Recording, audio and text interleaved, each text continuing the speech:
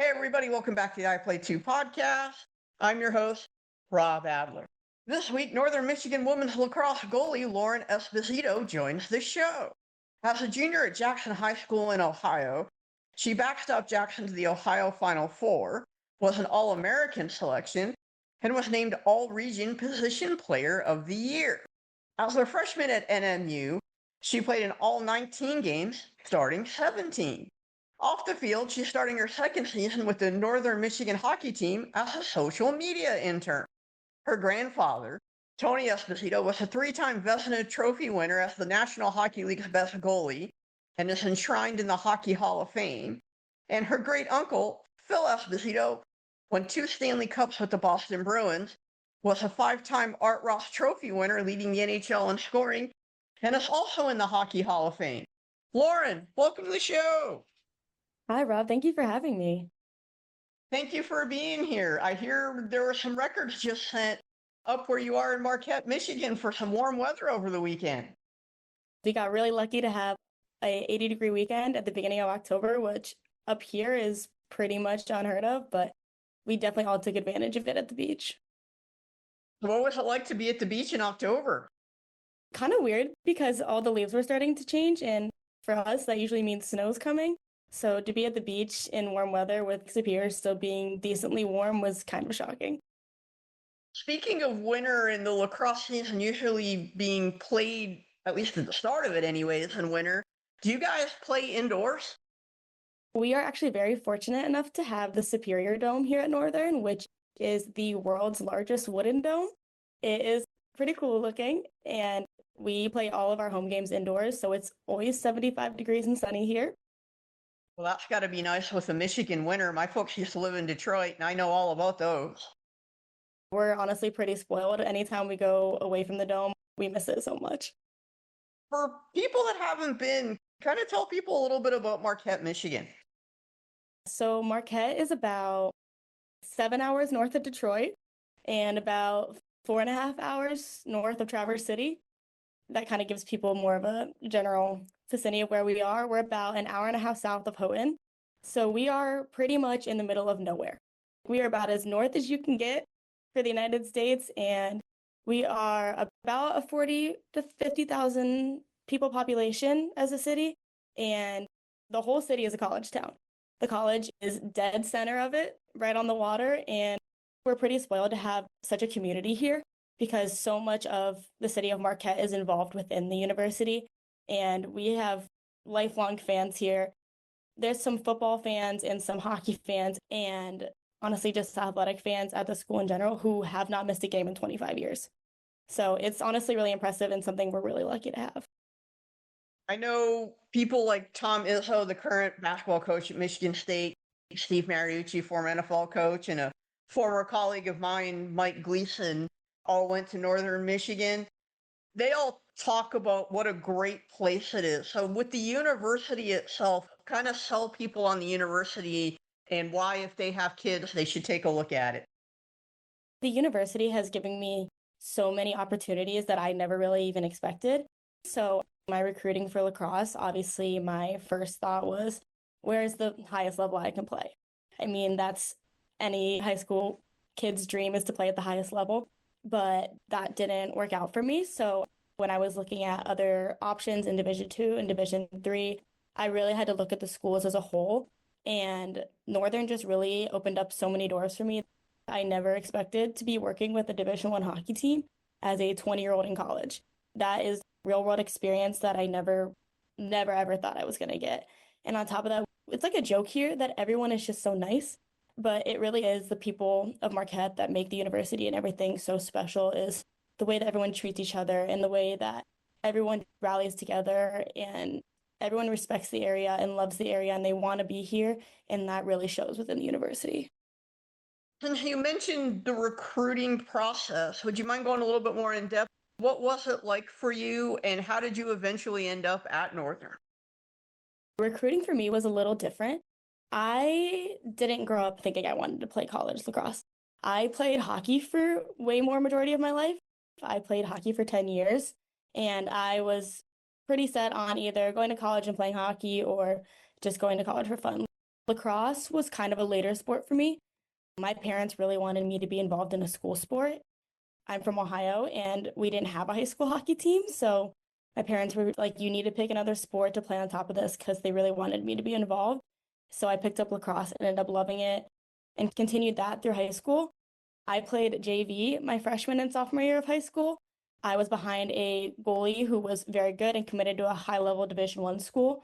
So I just never played varsity. So I was like, oh, okay, if I'm not playing varsity, probably not going to be able to play at the college level. It was just never really even a thought for me. And then I would play on these club teams and I started getting like reached out from coaches and I was like, maybe this is something that I could continue to do at the next level. And then my junior and senior year, I played varsity and I took recruiting a little more seriously.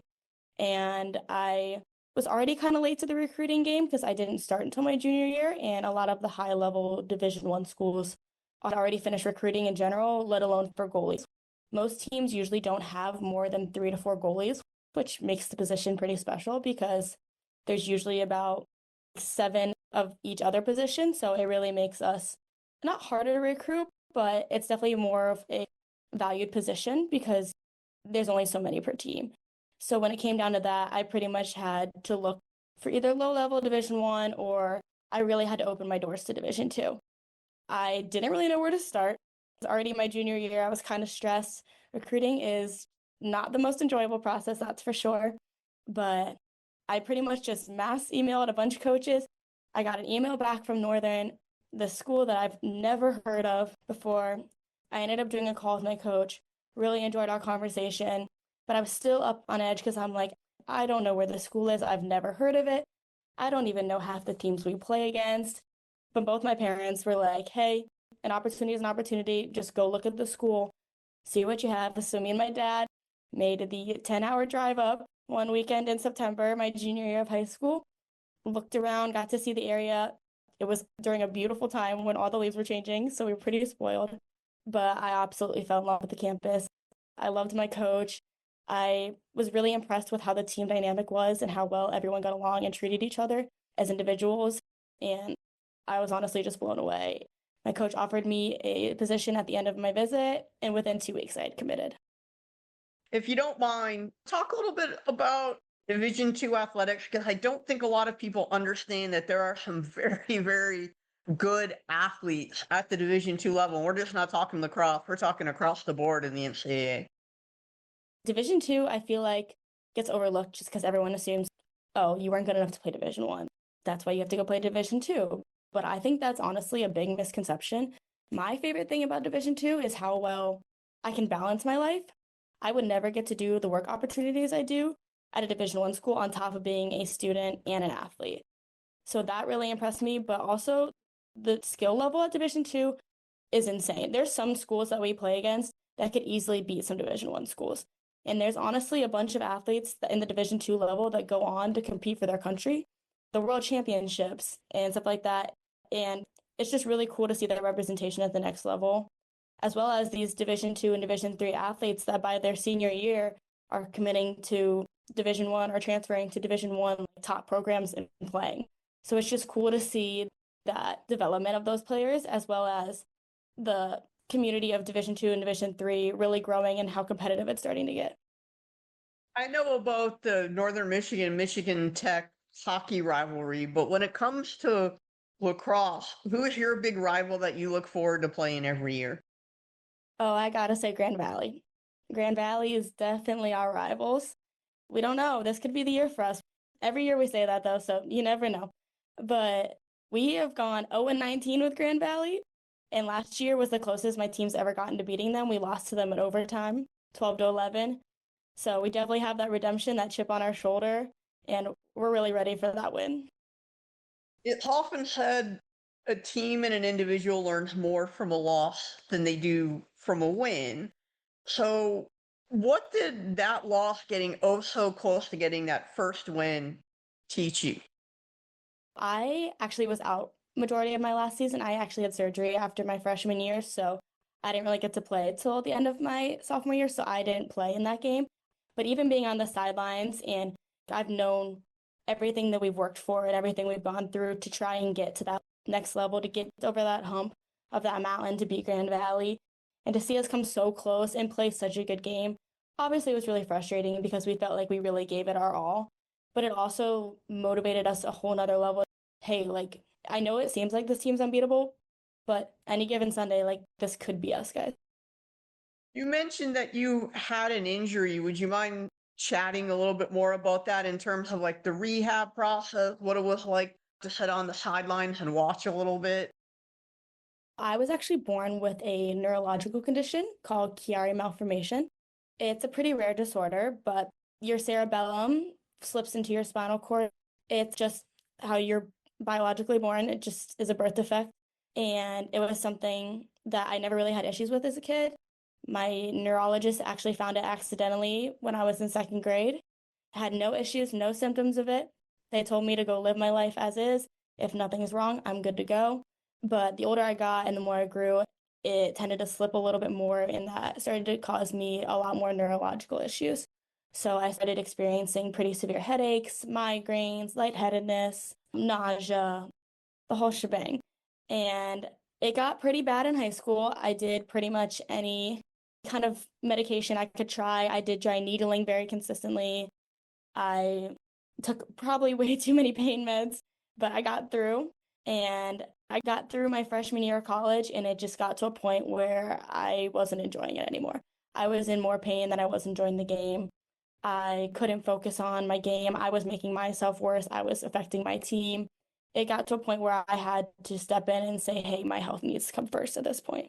So after my freshman year, I had a Chiari malformation decompression surgery, which basically consists of them removing a piece of my skull and my top neck vertebrae to create space for my cerebellum. Any brain surgery is brain surgery. It comes with its own set of recovery. I ended up having 2 surgeries that summer to completely correct my disorder. And my second surgery was in late July. So timeline wise, I'm only about a month before we go back to school was my second surgery. When I got back to school, obviously I'm still early in my recovery. I pretty much was learning how to walk, had to get my footing back, had to get my strength back, and that process isn't something you can really rush. So I spent a lot of time in rehab. I spent a lot of time in physical therapy, and that is a physically draining process. But on top of that, it was also a mentally draining process, having to do things that you never would have thought twice about and relearn how to do that, as well as still contribute as a teammate and really focus on getting myself better so that I can help my team out. And that was just something that I had to coach myself through, because at times it could be really frustrating. And it was really frustrating that I wanted to be at a place that I wasn't, or if I wanted to be making more progress than I was. And knowing that I wanted to try and get back to a place that I was my freshman year, which was pretty successful, was obviously a lot of pressure on top of that. So that whole process took probably about until January is when I met with my surgeon again. And she kind of gave me the okay to really like start pushing my limits, start taking some shots again, which is only a month before our season actually starts. So I came back from Christmas break, started that process, started to get my footing back under me. But if I haven't taken shots in 6 months, that came with its own set of issues on top of that. I was really excited to play. I was feeling really good because I was physically feeling okay. I felt I wasn't in pain when I was playing. I could play freely. I was so excited. But in those first few times I was playing some games, so like if I would play 10 minutes or 20 minutes, I just really wasn't feeling the confidence that I used to have. And that was a new challenge that was really frustrating to me, but obviously I had to give myself some grace for, which was a huge learning curve for me as a player. I have to give myself time to come back. I'm not going to be this magical all-star all of a sudden after not doing anything for months, but I was really lucky to have the most supportive teammates and coaches. I really couldn't have done it without them. They were by my side every step of the way, always encouraging me, always bringing me back up when I was down. They really made it feel like I could do anything because I had them with me. So I'm really lucky to have them. And I've had the whole summer now to take my time to get my skills back and my mental side of the game back, which is honestly harder than the physical side. And coming into this fall, it's just been really nice to not only feel physically great, but start to get that mental confidence back and start to feel good when I'm playing. And it's been really cool to see not only like my physical results show from that, but also just how much more fun I'm having and how much I really am getting the love for the sport back. That's a condition that I haven't heard about in a while. I actually have a genetic liver condition that you probably have to say the same thing when you see a doctor who isn't a specialist when they say you have what?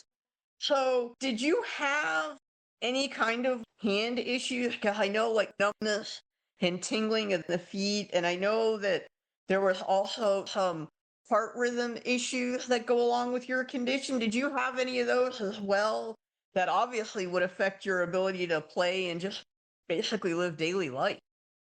I got very lucky that as much as my Chiari did affect me, I did not have any of those symptoms.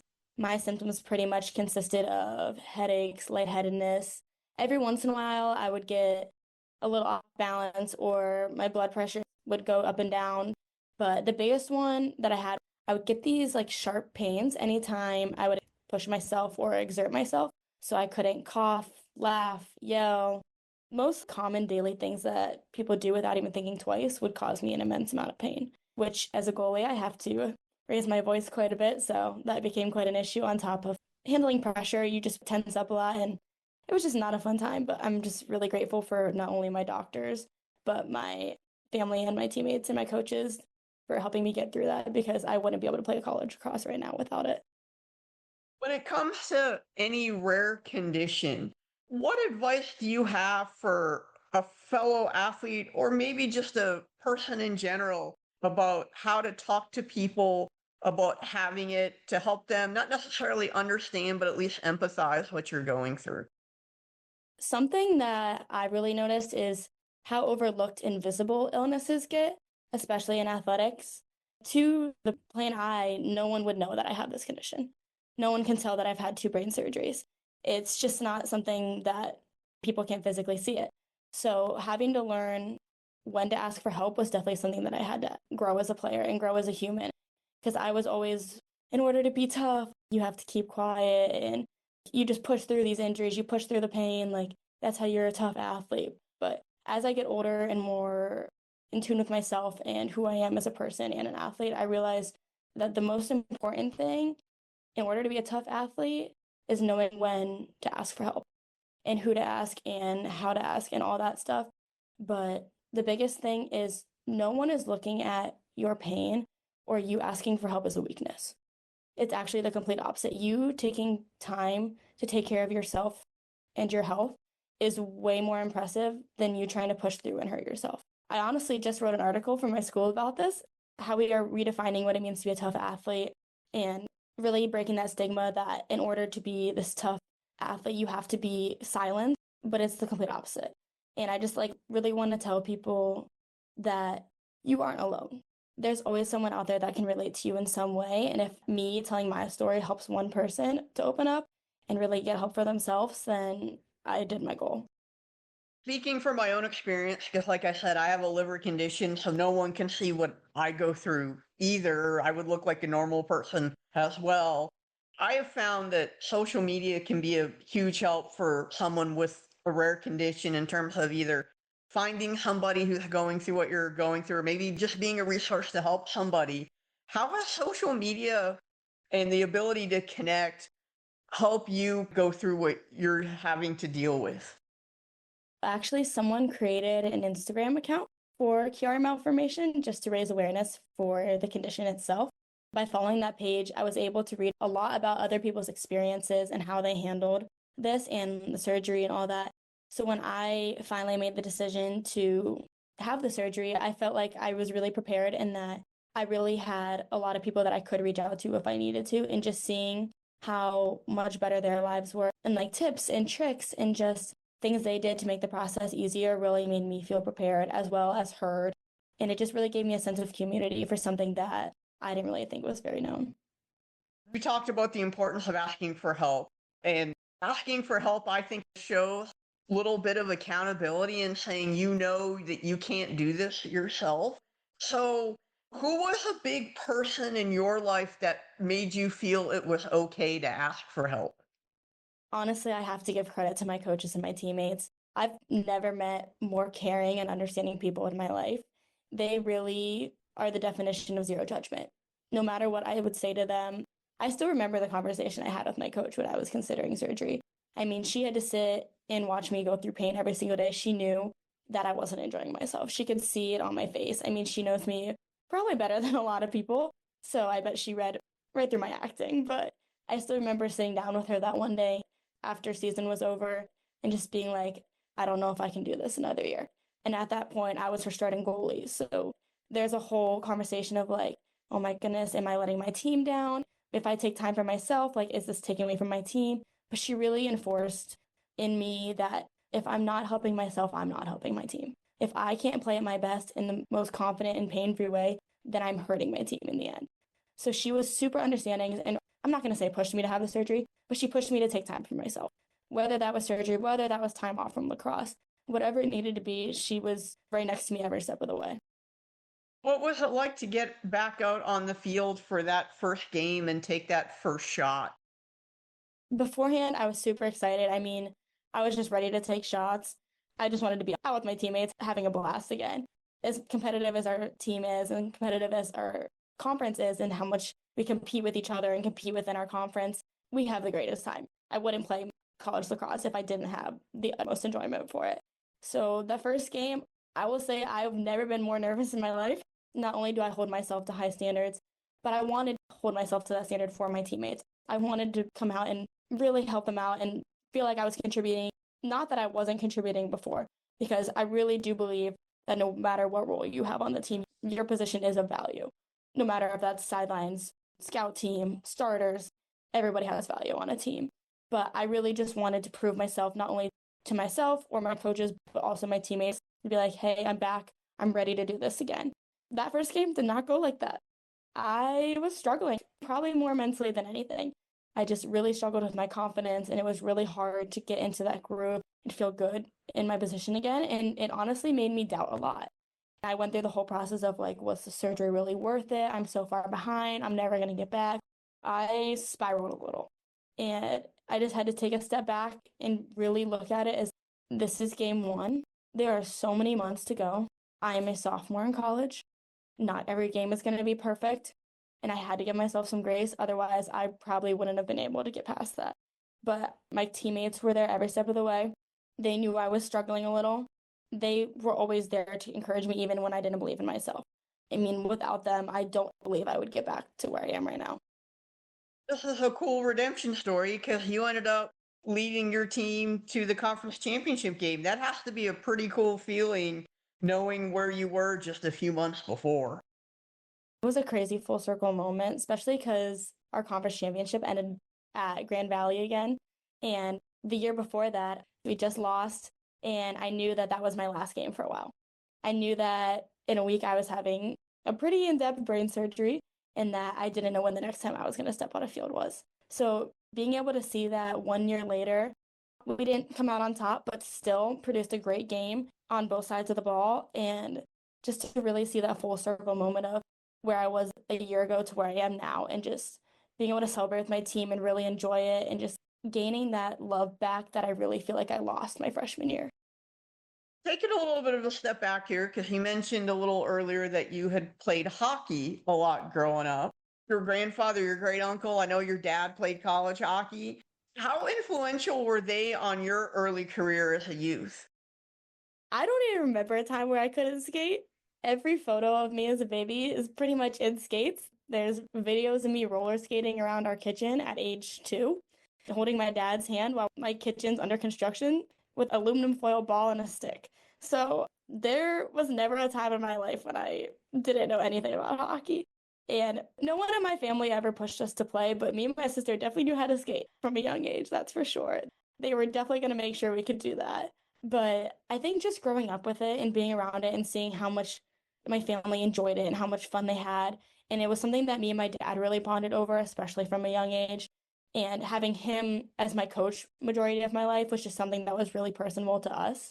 And it's honestly some of my best memories with my family. Between my dad coaching me and me playing, to getting to play road hockey with my grandfather and on our street, any kind of memory I have as a child, hockey somehow has an element in it. And I'm honestly really grateful for that. With some hindsight here, how cool is it to be able to say that you played road hockey with a Hockey Hall of Famer? A lot of people always joke about this kind of stuff to me, and it really makes me laugh because to me, I didn't know any different. He wasn't this NHL All-Star goalie. He was just my grandfather. And a lot of people, it kind of shocks them that I say it so casually, but to me, that really is who he was. He wasn't some crazy celebrity. He was my grandfather, who was my leader and my mentor and someone that taught me life lessons and taught me how to square dance in our kitchen and would teach me how to go fishing and gut a fish for the first time. So those are kind of the core memories I have of him. So I don't even think I really calculated how much success he had as a person until later in life. But especially as I get older, seeing the success he had and what he was able to do and how good of a person he was really motivates me and makes me so grateful to have him as a leader growing up because I couldn't have asked for a better mentor.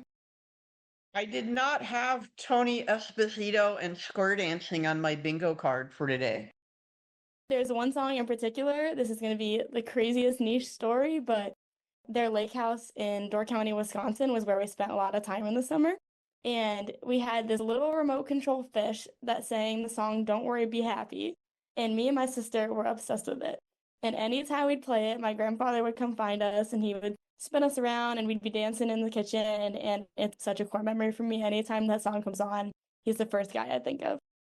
Kind of a cool connection is the guy who sang that song, Bobby McFerrin. His son was actually a guest on the podcast a couple of years ago, Javon, believe it or not. Javon was a Broadway actor and a TV actor, was actually in Hamilton on Broadway. Very nice. You mentioned the lake house. What's a favorite memory that you look back on just with your family and you say, I want to put this in a bottle and just keep it forever and keep that memory in your head? My favorite memories are when my grandfather would take us boating. Me and my sister loved going salmon fishing with him and our neighbors. I mean, it's some of my earliest memories at that house, and it's honestly still some of my favorites.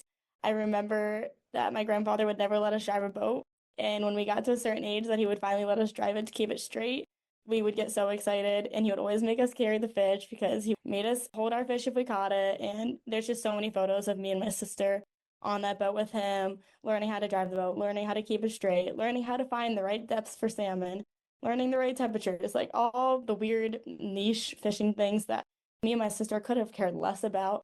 But just the fact that we were with him and that was one-on-one time we got to spend with him was just really special and definitely not something I take for granted.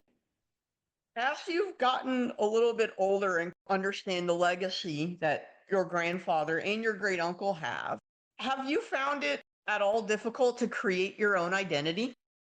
Not really. My family has always really pushed on us to be who we are and not let anything change that, whether that's if we're going to events with our family or being in situations where maybe my grandparents might be in the spotlight or my uncle will be in the spotlight. We really learned from a young age how to take those moments and how to appreciate them and really like embrace the fact that, hey, this is so cool that our family gets to do this. We really get to celebrate the success that not only my grandfather had, but my uncle had, and get to honor how much hard work they've put in and all the success that they deserve. It is honestly just really impressive. But also, when those events are not happening and we're just at the house chilling, or if my grandparents come for Christmas, that mode gets completely switched off. I mean, we're normal people living our normal life, doing everyday things, making hot cocoa in the morning, making cinnamon rolls for Christmas Eve. They really never brought work to our lives.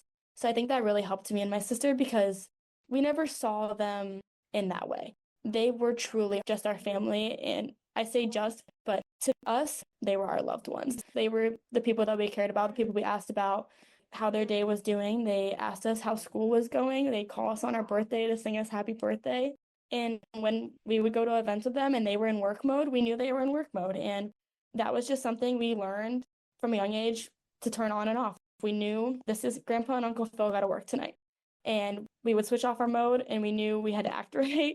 We knew we weren't allowed to talk to people. We knew how to act around those people. And they never, ever made us feel less or that we had to live up to some standard because of who we related to. Any small success, whether it was our first day of school or my first goal in hockey, anything that doesn't compare to NHL All-Stars, that mattered to him as a grandfather. Those were the things that mattered, not if I was on a AAA hockey team traveling the world. That wasn't something that mattered. If I was happy and I was living exactly how I wanted to live my life, then they were happy for us. You mentioned Christmas get-togethers. What's your favorite Christmas gift that you've gotten? Oh gosh, that's a hard question. I do remember one Christmas, though, that my grandfather got us a mini stick set for the first time. I think I was probably 8 years old, and my younger sister was 6. And I just remember we spent the whole morning playing with that mini stick set. I think we probably hit half the ornaments off the Christmas tree, and honestly, no other gift mattered. But there was one year, though, that my grandparents surprised us on Christmas, and that's definitely a core memory for me. I remember we woke up Christmas morning and my parents were like, oh, I wonder who's out the door. And my grandparents lived in Florida at the time, and I live in Ohio as my home state. So I didn't get to see them as often as I would hope, but they would surprise us that morning, and there was this huge thing, and that was more special than any present could have ever been. That sounds like it might have been better than Santa. Honestly, it was. That's very cool. And you mentioned that you have a younger sister. How competitive are the two of you? I don't really think competitiveness was ever an issue between us. She is an amazing athlete. She grew up as a competition cheerleader. So obviously we played very different sports. She did play lacrosse for about 3 or 4 months, but otherwise our sports never really conflicted or were the same. Competitiveness never really became an issue. We were very supportive of one another. We were always at each other's games. I mean, she spent more time in an ice rink than any other person I know. She was always at every single game. Since we honestly had both such a love for hockey, even though she didn't play, it was something we still bonded over because some of our best memories as kids is going to Blackhawk games. And we probably cared more about the dessert cart that would come by in the third period than we did the actual hockey game. But those are still core memories for us, and we're really lucky to have those. Who's your favorite Blackhawk player? And you can't say your grandfather, that's illegal. Well, I definitely would probably be biased with that one, but growing up, my family loved Duncan Keith. I don't know why he stuck, but he was definitely up there as one of our favorites. Wow, I was expecting Kane or Tay. I was not expecting Duncan Keith. That's very cool that you would say that. We went to one of the Christmas parties one year with my grandfather and got to hang out with his family and his son. And from there on in, just how good of a guy he just became one of our favorite people to watch and support. That's awesome. That's a very cool story. Crazy opportunity that we got to be a part of that. But at the time, we were still so young that it was just our grandpa's friends. A lot of people have the reaction when I tell people that we used to be hanging out with Denny Savard on the weekends. But to me, he was just one of my grandpa's best friends. And that's all I knew him as. And he was just the cool, chill guy that we got to hang out with every weekend that was friends with our grandpa. I didn't have Denny Savard on the bingo card either, but I should have because Denny played early on in his career when your grandfather was towards the end of his career. I mean, he was at majority of the Blackhawks games growing up with us, and he's honestly one of the best guys I've met. We've talked a lot about your grandfather and your great uncle, but talk a little bit about your folks and how important they were, particularly your mom, because oftentimes moms kind of get overlooked in the situation of all the stuff that they do. Oh, I could talk about my mom for hours on end. I mean, I wouldn't be even close to where I am without her, which sounds so cliche, but it's honestly so true. Not only has my mom always been my absolute number one fan, but she has my back in everything. She's always the first person I call when I'm struggling. She's always the first person I call after a hard game. She just always knows the right things to say and how to say it to me in a way that brings me back down to earth. I mean, I don't know what I would do without her. On top of that, she's my number one healthcare person. I mean, she's an ER nurse. So during those times after my freshman year, I don't think I would have gotten through the summer without her. She was my first person to ask questions. She always stuck up for me medically, and I'm just so grateful for her. Obviously, I live pretty far from home, but her and my dad, he does the best he can. He works a pretty full-time job still. He's a pilot, so his schedule's a little crazy, but they make as many games as they can. And even if they don't make them physically, they watch every single one. And I always have a text from them straight after every game. So I'm just really lucky to have such an amazing support system, not only through them, but with my team. And I'm just grateful for the people I have in my life. As someone who's been to the ER a lot, I have a very healthy respect for ER nurses and what they have to do on a daily basis. You want to talk about a high stress job, it doesn't get higher stress than that. She probably taught me a lot about how to handle pressure because she handles pressure and stress and last minute things better than anyone I know. And I'm very type A. I don't handle that kind of stuff well, especially when it comes to goaltending, just the pressure that comes along with it. Obviously, my grandfather, he was not happy I was playing goalie first off. But once he came to terms with that, he did a really great job kind of just mentally coaching me. But also having my mom there and teaching me random coping mechanisms, or she would just know the right thing to say to calm me down when I couldn't get out of my own head. She just really prepared me mentally as a goalie. Away from the athletic realm, what's a favorite memory you have with your mom that when you think about, you look back on and it makes you smile? Oh my gosh, there's so many. I don't even know where to start. My mom is a huge crafter. She loves to scrapbook, and she scrapbooks pretty much everything in our lives. And after she gets back from her scrapbooking trips with her friends, this is such a random thing, but I just love going through all the pages of the books. And it's pretty much like being able to physically flip through pages of your life. So being able to sit down with her and seeing everything that she's created and being able to literally page by page go through some of my life experiences and we just sit for hours and talk about them and laugh is something that honestly is a core memory for me. You mentioned that your dad is a pilot. Is becoming a pilot something that might be on your list to do once the college career is over? During COVID, when everything shut down, I didn't really have much to do because sports were over and we couldn't go to school, but we could go outside. And my dad wasn't working because nobody was flying. So during that time, he actually taught me, as well as a good family friend of ours, a little bit about aviation. And he has a Piper J3 Cub, and it's kind of his side hobby when he's not working. And using that, he taught me and a friend of mine the basics on how to fly. And she's actually in aviation school now, but it's something that I considered at some point and do still really enjoy doing.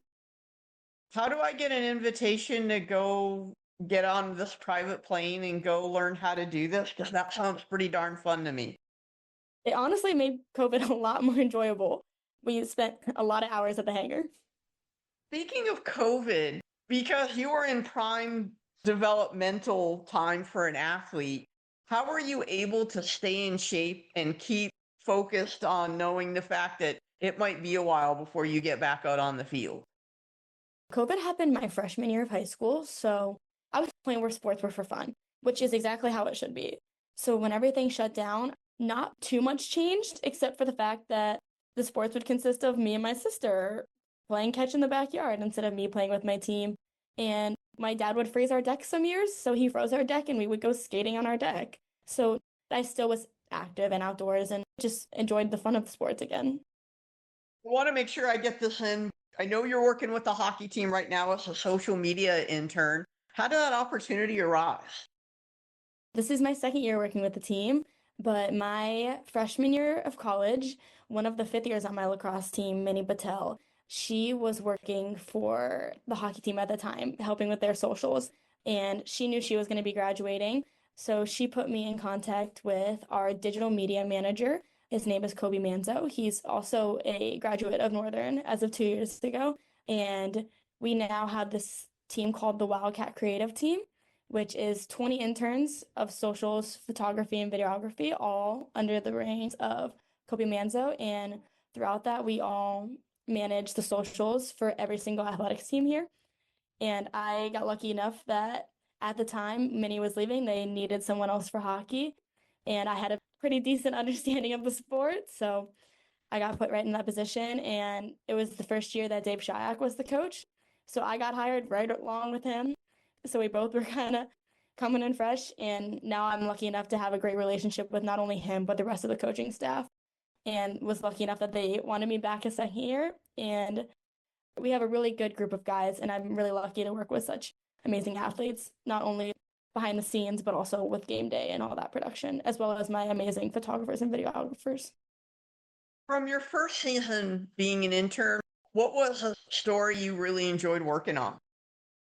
I'd never done anything like this before, so anything I got to create to me was the coolest thing ever. But not even last year, but this year, we did a facilities tour for the guys. and the guys directed it and they walked us through all their new facilities. That was something that I got to start to finish produce. It was the first time I was really in charge of everything. And so being able to see everything from beginning stages to where we're just recording and the guys are figuring out how we want to produce this and how they want it framed, them being the speakers of the whole thing, and then me going through and editing it and then being able to see the finished product. That was the first time I'd really gotten to see like my ideas come to life from start to finish, kind of on my own. And so that was just something I was really proud of. Do you foresee a future for yourself and possibly TV of some sort? My dream job would definitely be to work for a professional sports team in some aspect. I would love to do social media for them. It's kind of my niche that I love, but obviously it's a hard field to get into. It's a very small field. If opportunities arise, you have to take them. But if that opportunity ever does come up, that would definitely be the dream job. Preferably in hockey, but I'd be open to other sports. Speaking of the future, where do you see yourself in 10 years? Oh gosh. I mean, I just got to get through the next 2 years of college. I don't want to be in the real world yet. In the next 10 years, I would love to be working for a professional sports team and hopefully traveling while doing that. I mean, that's one of the big things that led me to wanting to do a career in that is that not only is every day going to be different, I don't have to sit at a desk all day and I get to travel to some pretty cool places and it's something that I love. So hopefully something in that aspect would be the dream. Speaking of travel, where's your favorite place to have been to so far? My family and I went to Italy in 2019, and definitely have to say that's probably the coolest place I've ever visited. I want to go back. Where did you visit in Italy? We flew into Milan and then went to Venice and Florence as well. That's a pretty cool little trifecta there.